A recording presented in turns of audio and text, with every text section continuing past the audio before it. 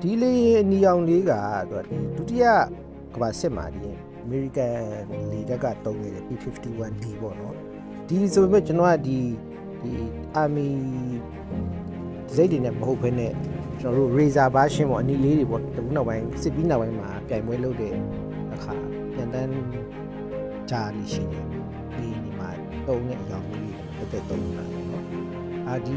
လေးကကျွန်တော်ကိုယ်ပိုင် drawing နဲ့စောက်လာတာplan ဆွဲပြီးစောက်လာတာ plan လည်းကျွန်တော်ရောင်းမိတာပေါ့